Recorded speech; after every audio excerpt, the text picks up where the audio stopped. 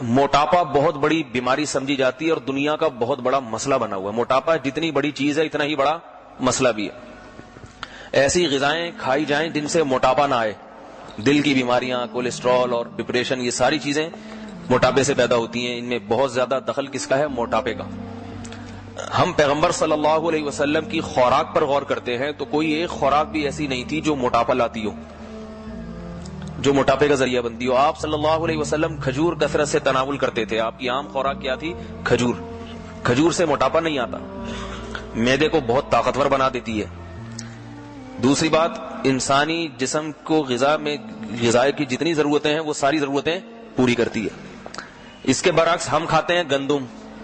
گندم میں طاقت اور قوت یقیناً بہت زیادہ ہے, گندم کا کوئی نعم البدل نہیں ہے, لیکن ایک عیب ہے گندم میں, وہ ہے موٹاپا پیدا کرتی ہے روٹی. سمجھ میں آ رہی ہے بات کہ نہیں آ رہی؟ گندم کیا کرتی ہے؟ موٹاپا پیدا کرتی ہے. آپ صلی اللہ علیہ وسلم نے جو کی روٹی کھائی ہے, وہ موٹاپا پیدا نہیں کرتی. گوشت میں آپ صلی اللہ علیہ وسلم نے یا تو اونٹ کا گوشت کھایا ہے یا بکری کا. کھانا گائے کا گوشت بھی حلال ہے, مگر آپ نے کھایا کیا ہے؟ عادت کیا تھی آپ صلی اللہ علیہ وسلم کی؟ اونٹ. اونٹ کے گوشت کے اب 15ویں صدی میں آپ دیکھیں ڈاکٹر کتنے فضائل بیان کر رہے ہیں, جگر کے لیے اچھا. آپ صلی اللہ علیہ وسلم نے بکرے کا گوشت بھی کھایا, بکرے کا گوشت بھی صحت کے لیے مفید ہے. بکرے کے گوشت میں آپ صلی اللہ علیہ وسلم اس کے شانے کا, دستی کا گوشت پسند کرتے تھے, صحت کے لیے مفید ہے.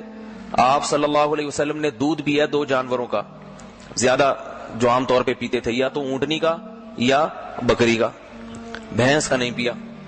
ہم کس کا پیتے ہیں؟ بولو بھائی, بھینس کا. تو بھینس جیسے ہوتے جا رہے ہیں. سمجھ آ رہی ہے بات؟ موضوع نہیں ہے, لیکن میں یہ بات اس لیے بتا رہا ہوں کہ یہ بہت ضروری ہے سمجھنا یہ باتیں, کہ اسلام دین برحق ہے. خود اسلام کی تعلیمات اس کے برحق ہونے کی علامت ہے. کوئی ایسی بات نہیں ہے جو فطرت کے خلاف ہو, نیچر کے خلاف. تو طبعی طور پر بھی آپ صلی اللہ علیہ وسلم نے جن چیزوں کو پسند کیا وہ چیزیں انسانی صحت کے لیے مفید ہیں.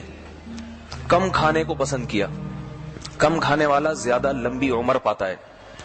آپ صلی اللہ علیہ وسلم نے کبھی آٹا کھایا بھی تو بغیر چھلکے والا آٹا تو کبھی نہیں کھایا زندگی میں, ہمیشہ یہ چھلکے والا آٹا کھایا ہے آپ نے, جسے چکی کی روٹی کہتے ہیں نا, جس میں بھوسی بھی ہوتی ہے, فائبر ہوتا ہے جس میں. تو یہ فائبر جسم کے لیے بہت ضروری چیز ہے, یہ قبض نہیں ہونے دیتا اور اس کے اور بہت سارے فضائل ہیں. دودھ میں دیکھ لیں, اونٹنی کا دودھ پیا اور کس کا؟ بکری کا. بکری کا دودھ تو تمام پیغمبروں نے پیا ہے.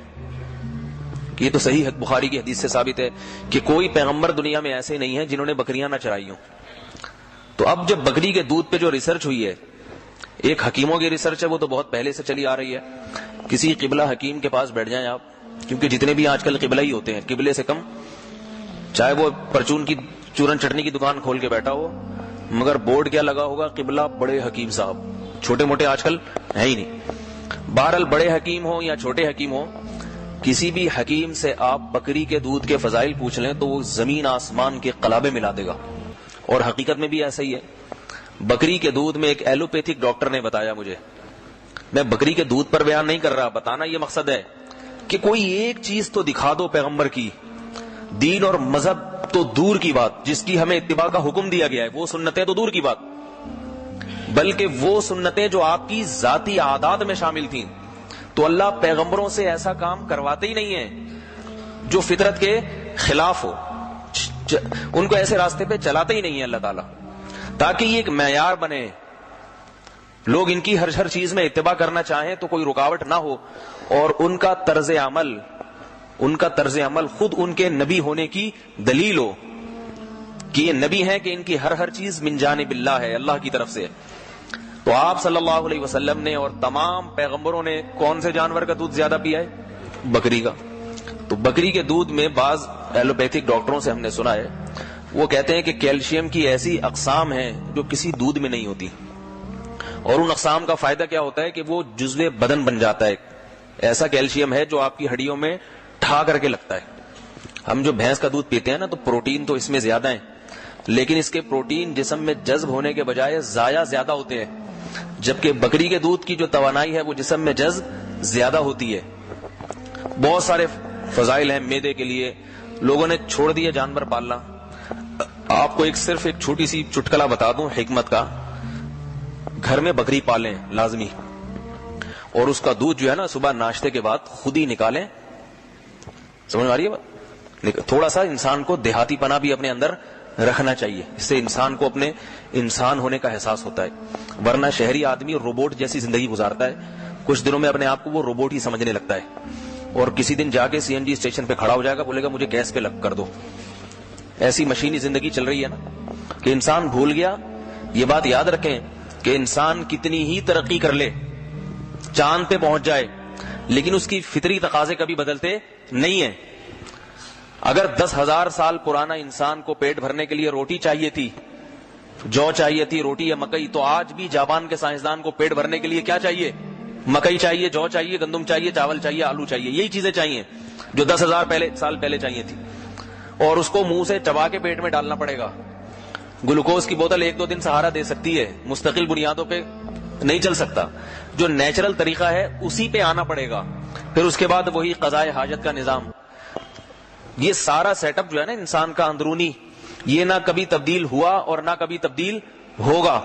تو اس لیے اتنا زیادہ ہم لوگ چونکہ شہری لوگ ہیں, تو شہری زندگی میں ایسے پڑتے ہیں کہ ہماری جو ہم یہ بھول جاتے ہیں کہ ہمیں خوراکوں کی وہی خوراکوں کی ضرورت ہے جو آج سے 10,000 سال پہلے انسان کو ضرورت تھی.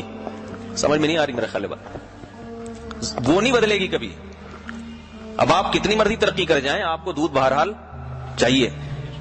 اور یہ بھی ذہن میں رکھیے کہ یہ جو ہم دودھ پیتے ہیں, ایک دودھ تو وہ ہے جو اللہ نے انسان کے لیے پیدا کیا, اور ایک وہ ہے جو گوالا پیدا کرتا ہے. سمجھ میں آ رہی ہے بات؟ اللہ انسان کے لیے دودھ کیسے پیدا کرتا ہے؟ گائے ہے, بھینس ہے, بکری ہے, چارہ کھاتی ہے, اس چارے سے دودھ بن کے اس کے تھنوں میں اپنی مرضی سے آتا ہے, ایک پروسیس کے تحت آتا ہے. پھر جب وہ تھن بھر جاتے ہیں تو آپ اس کو نکال لیتے ہیں. یہ کس کا بنایا ہوا دودھ ہے؟ اللہ کا. اور ایک دودھ ہوتا ہے جو گوالے بنا رہے ہیں, بھینس کو پتہ نہیں کیا کیا کھلا رہے ہیں. پھر وہ ابھی دودھ تھنوں تک پہنچا نہیں ہوتا, ٹیکا لگا کے اس کو گن پوائنٹ پہ مجبور کیا جاتا ہے کہ تجھے دودھ دینا پڑے گا. سمجھ میں آ رہی ہے بات؟ وہ کہہ رہی ہے ابھی 2 گھنٹے باقی ہیں دودھ دینے میں, اور دودھ دوں گی 5 کلو. کہتے ہیں 2 گھنٹے نہیں, 5 منٹ میں دینا ہے, اور 5 کے بجائے 10 کلو دینا ہے. تو اب کچھ تو اس میں اللہ کی طرف سے, کچھ کس کی طرف سے؟ ڈاکٹر کے ٹیکے کی طرف سے. وہی تو اب ظاہر ہے یہ وہ چیز بہرحال نہیں ہے. پھر دوسری بات یہ کہ اسے جب آپ نے گرم کر کے ابال لیا, تو ابلنے کے بعد اس کی خاصیت بہت زیادہ تبدیل ہو چکی ہے. اور اگر آپ اس کو ابالتے نہیں ہیں تو اس میں جو مینڈک اور چوہے گرے ہیں گوالے کی موجودگی میں, گوبر اور پیشاب کے چھینٹے, اور خود گوالا بھی 2-3 دفعہ گر چکا ہے اندر. کوئی بھروسہ نہیں ہوتا کہ خود اس ڈرم میں 3 دفعہ گر چکے ہوتے ہیں, پاؤں پھسلتے ہیں, کسی کا بچہ آگے گر گیا نکال کے. تو اب وہ اس طرح پیا نہیں جا سکتا بغیر ابالے, اس میں جراثیم اتنے ہوتے ہیں